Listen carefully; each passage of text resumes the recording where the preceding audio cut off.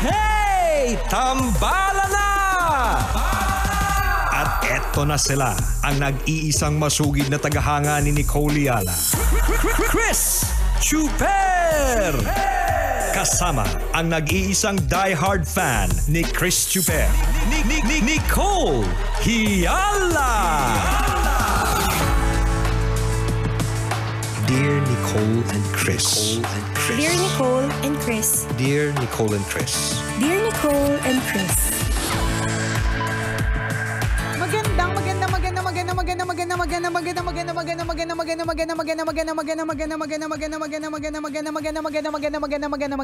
morning, Luzon, Visayas at Mindanao, Metro and Mega Manila. It's a Feel Good Friday. Hi, partner! Hi, partner!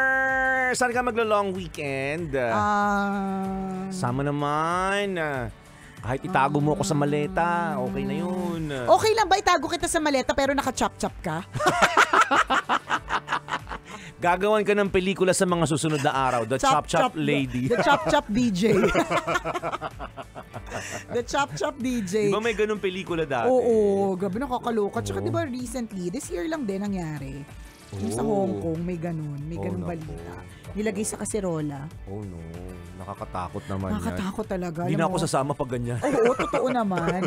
Actually, sa totoo lang, talagang dapat lagi tayo magpe-pray. Kasi minsan kapag ka nakakarinig tayo ng mga balita na ganyan, parang totoo ba? Posible pala tong mangyari? Oo, may ganitong, posible palang chop-chopin ng isang tao tapos ilagay sa kaserola. Di ba yung ganun? Yung magugulat ka, bakit ganun mag-isip? Oo. Paano niya kinaya?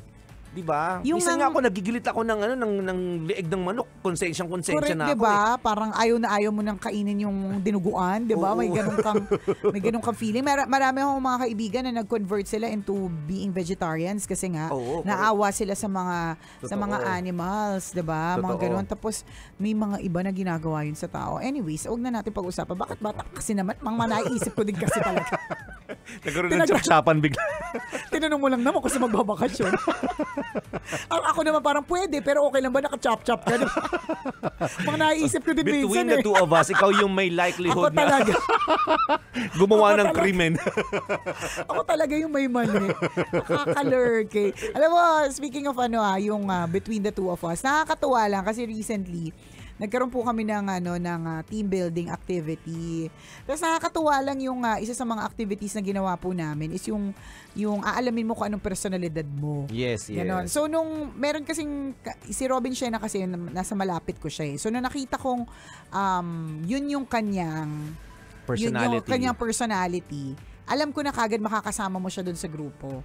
Parang gano'n. Tapos yun nga, true enough, nagsama-sama talaga Ginudge mo na agad kami, no? Hindi, true enough. Nagsama-sama yung mga introvert, nagsama-sama yung mga extrovert, nagsama-sama yung ang galing lang, nakakatuwa lang at nakakaaliw yung mga kaibahan ng personalidad. Kaya alam mo, yan yung dapat na matutunan mo, lalong-lalo na kung ikaw bagong salta sa trabaho. Ayan, or bagong graduate. Tapos makikipag-sabayan ka sa mga tao sa opisina. Kunyari, magsa-start ka na ng work. 'Di ba? Today o kaya after the long weekend, 'di ba? Lagi mong iisipin iba-iba ng personalidad ng mga tao.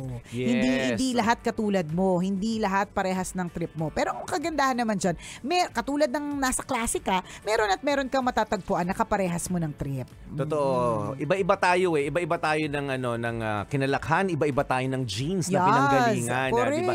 Yung mga namanang ugali at yung mga na-impluwensyang ugali, 'di ba? Yung mga ugali na galing sa impluwensya. Nakakatuwa lang, no, na pag nalalaman mo na meron kang karamay, ay ang galing naman, pareho kami ng mindset. Tama. Ganun, akala ko ako lang yung ganitong mag-isip, yung pala pare-parehas pala kami. Katulad ng yung grupo namin, partner.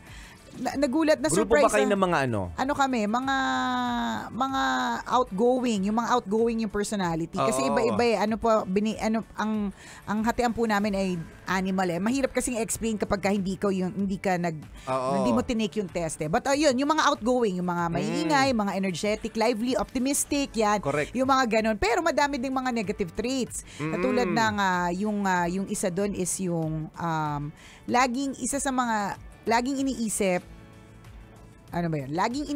kung anong iisipin ng iba. Oo, parang ganun. Tapos, lagi kayo, you're always fishing for public approval. oo, parang ganun. Tapos kasi, apektado kayo sa ganun oo, kasi parang may feeling kami na parang, hala, yung sinabi ko ba, nasaktan ba siya doon? Ganun. Parang nung sinabi ko yun, parang lahat nakarelate na, oo nga, alam mo, minsan, natapos na yung usapan, ilang araw na yung nakalipas, iniisip ko pa rin kung nasaktan ko ba siya, o nakabuti ba yung yung sinabi ko, yung mga ganun. May mga ganyan. At may mga tao naman walang pakialam, kasi yun din yung personalidad nila.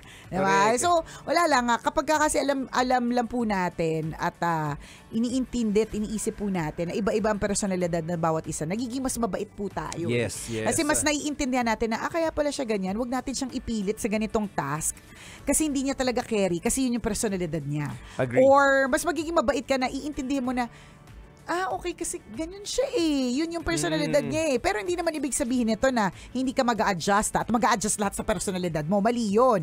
Ang importante is dapat marunong ka ring marunong ka ring mag-bend-bend. Dapat alam mo. Oo, mag-stretch-stretch. Dapat Correct. alam mo rin kung paano ang pakikipagsabayan. Importante yun mga kaibigan na malaman natin kung sino tayo at ano tayo, 'di ba? Bilang empleyado, ano tayo bilang estudyante, ano tayo bilang kapamilya or kasama sa bahay. Correct ka.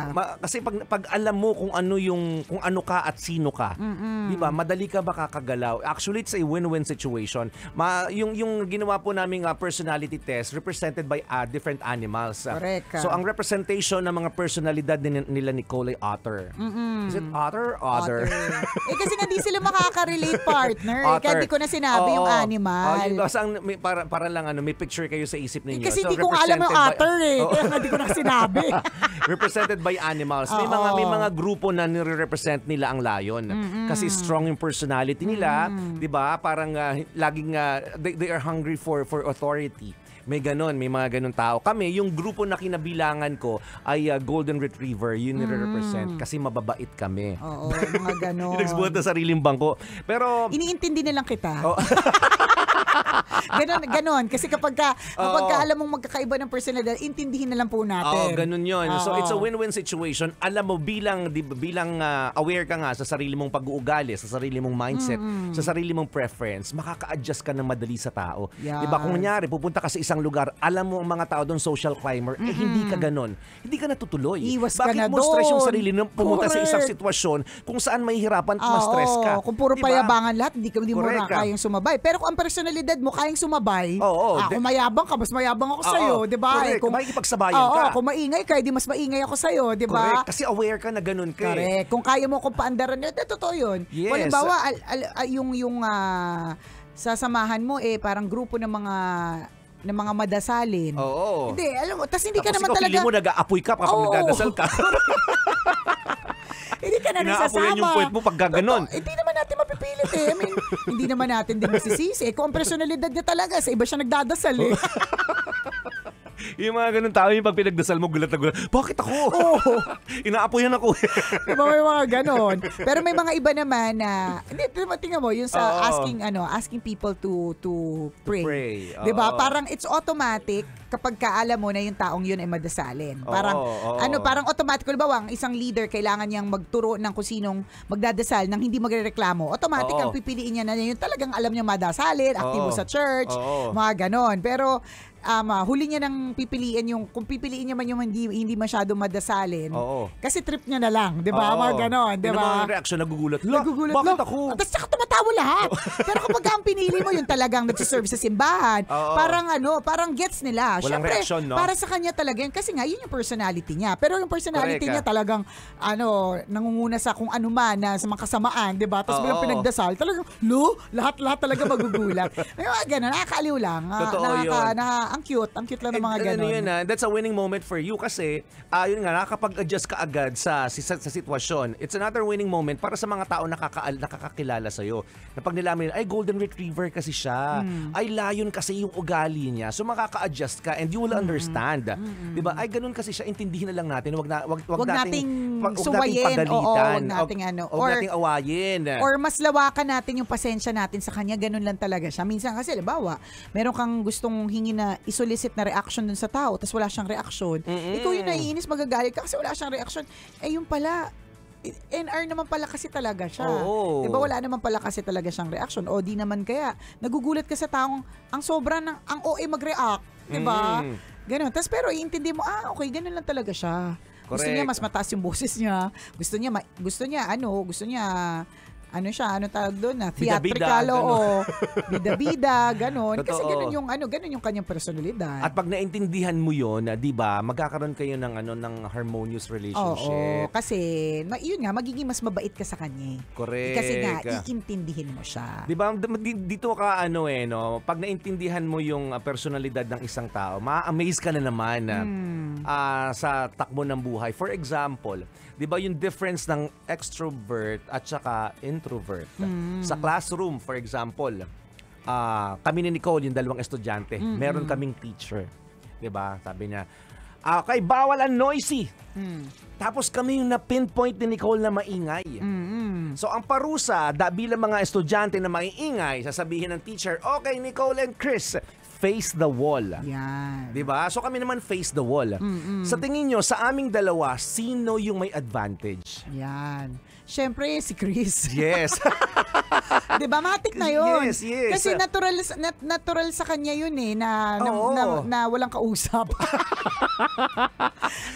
at kalmado siya doon. Yes, and may enjoy ko yung moment na Oo, 'yon. correct na parang thank Diba? you. Actually, hindi nga siya parusa for Chris. Oo. 'Di ba parang, thank you naman kasi sa totoo lang ayoko na makapag-usap sa mga klase, napapagod ako. Yes.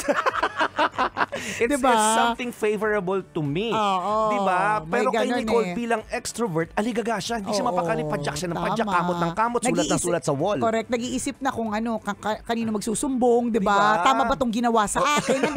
Ang dami nang naisip. Oo, iisipin ng revenge. Iisip siya ng hindi ako papayag, susumbong ko to sa nanay ko, magsusumbong ako sa dean na mali ang ginawa ng teacher sa akin. Mga ganon. Hindi naman ganong extreme partner. Pero mag-iisip ka na parang, tama ba ito? Oo. Ano ba yung ginawa kong mali? Parang gusto kong depensahan yung sarili ko. Correct. Hindi man lang ako narinig, hindi man lang ako pinakinggan kung ba't ako nag-iingay. Oo. 'Di ba? Bakit ganun? Correct. Tapos, bakit kasama din yung isa? Oo. Ganon. Bakit yung tatlong kaklase ko na maingay din hindi tinuro? Oo. 'Di ba? May ganon. Oo, while 'di ba? While si Chuper, kalma lang. Kumakanta pa. Why do birds suddenly appear? Ganun siya kakalma, napaka-Carpenters. Kalma, chill lang. Galing, no? How amazing life is. Nakakaliw lang kasi parang automatic Ang galing. Parang automatic na kahit hindi tayo napunta sa sitwasyon na yon, dahil nga kilala na natin yung sarili natin. Alam natin na ganun yung magiging reaksyon natin. Correct. Ako may isip ko pa doon, kung diba sa classroom yung nangyari, maapektuhan ba nito yung yung academic standing ko? Oo, Ano na lang yung correct, sasabi, ang layo ng in-overthink ko, super, as in, ano yung sasabihin ng nanay ko, pinaghirapan niya pa naman itong mag-aral ako, hindi na ba ako gagraduate ng cum laude? Alam mo mga ang dami ko nang naisip. Totoo, dahil lang sa pagkakaiba ng ng personalidad. Pero isipin mo kung gaano kaiba yung kabila, which is si Chris. Diba? Wala siyang inisip. Inisip niya na, buti na lang nag-ingay ako that particular moment kasi magkaka-moment ako sa wall. Isipin mo, matuwa ka sa wall. Paki-explain. Na hindi lahat pwedeng maintindihan ng sino man. Pero pag naintindihan mo, magkakaroon ka ng maayos na relationship with that person. Ganon. Galing, no? Ang galing ng personality. Kaya dapat alam nyo, mag-take po kayo. Personality test. Meron yan online. Ayun na naman. Ayan ka na naman Yung last na pinatake mo sa amin, part may bayad May commission talaga ako, kaya yun yung binigay ko Sabi link. ko na nga. Ba't pagdating sa dulo, kailangan nakalagay Christopher30. May promo code. May link na Merong makakakuha ko ng komisyon. Oo, pambihira. Ay, nako, nakaka-lurkay talaga. Pero importantious again na mga kabisyo, no? Let's try to understand each other. Yes. Yun nga ang kapatid mo isa lang ang pinanggalingan ninyo, 'di ba? Isa lang ang nanay at tatay ninyo, hopefully. Yung iba kasi iba 'di ba? Ganun talaga. Pero yun nga, yung isa yung pinanggalingan, isa yung puno, 'di ba? Pero iba-iba yung bunga. Totoo. 'Di ba? Meron diyang tahimik. May maingay. Meron diyang maingay, meron diyang pasaway, meron diyang sobrang talino, di ba? Correct. Pero isa lang pinanggalingan, Totoo. Diba? Pero So, kailangan yung intindihin. Oo, 'di ba? Eh yun nga lang na nasa isang household, isang pinanggalingan ng mga magulang magkakaiba. Paano pa kung saan ka man naroroon, 'di ba? So, Correct.